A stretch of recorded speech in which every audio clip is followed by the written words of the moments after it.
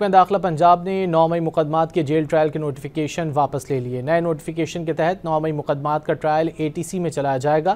بانی PTI بطور ملزم ویڈیو لنک پر پیش ہوں گے۔ مزید جانتے ہیں ڈان نیوز کے نمائندے طاہر نصیر سے۔ طاہر، کیا تفصیلات ہیں؟ جی بالکل، دیکھیں رضی، آج ثانیہ 9 مئی سمیت 11 مقدمات کی سماعت راولپنڈی کی انسداد دہشت گردی عدالت کے جج امجد علی شاہ نے کی۔ دوران سماعت عدالت نے GHQ حملے سمیت دیگر مقدمات کی سماعت 19 سپٹمبر تک ملتوی کر دی ہے۔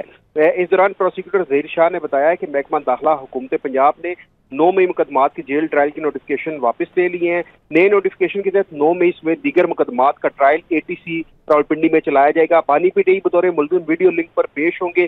استغاثے کے 2 گواہان کو آج طلب کیا گیا تھا، جبکہ اس حوالے سے پروسیکیوٹر کا یہ بھی کہنا ہے کہ سپرنٹینڈنٹ اڈیالہ جیل کو ہدایت کی گئی ہے کہ وہ جیل سے ویڈیو لنک کے تمام تر انتظامات مکمل کریں اور آئندہ سماعت پر بانی PTI کو ویڈیو لنک کے ذریعے عدالت میں پیش کرے۔